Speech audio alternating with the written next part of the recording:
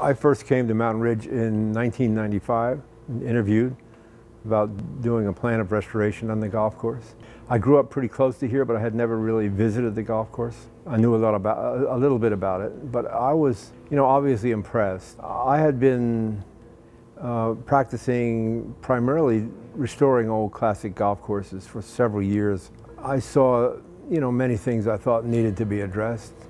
My mission, as far as I'm concerned, really is to address the golf course and reestablish, the original intention of the architect. So that's what I focus on. The vast majority of Ross's golf courses have exceptional greens, putting surfaces. In a sense, that's really that's the ultimate challenge on his golf course. He was very generous in his fairway width.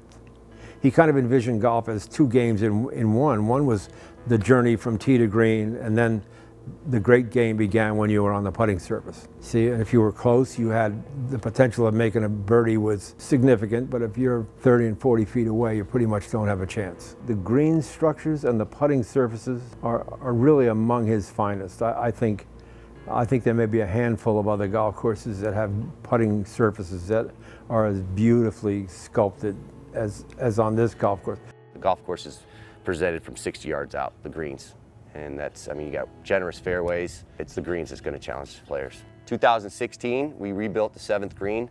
Our 7th green used to be a punch bowl, and with the green speeds the way they are now, we could only get one hole location. So then again, we brought out Donald Ross's original design, and for whatever reason, it was never built that way. We just bulldozed it and gave it original mix, drainage, and at the same time, we rebuilt the 18th green because of slope as well.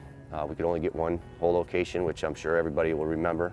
Now we can get, over a dozen. We did kind of like what Wingfoot did. We went out and we scanned them, and we just started to tweak the slopes and stretching them. So they still have their original look, but the slope has been taken out, so they worked out really well. On holes number 12 and 13, they were rather straight golf holes, and between the two holes there was what we call a bar ditch. It was just an open ditch that was draining water off of those two holes. Several years ago, I repositioned that ditch so that it actually becomes more of a creek that runs between and actually impacts both holes. It runs across the 13th hole, which is a long par 4. We came up with what they're really challenging, really good hole from especially from the championship tee.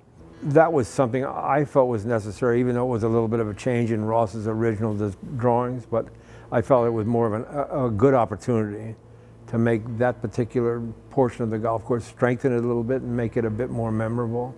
So it's worked out well. The vast majority of people are really pleased with it. We had an issue with our airport, which is left of our 18th fairway, and they gave us a sum of money to remove the trees that were going to interfere with landing and safety risk for the airplanes.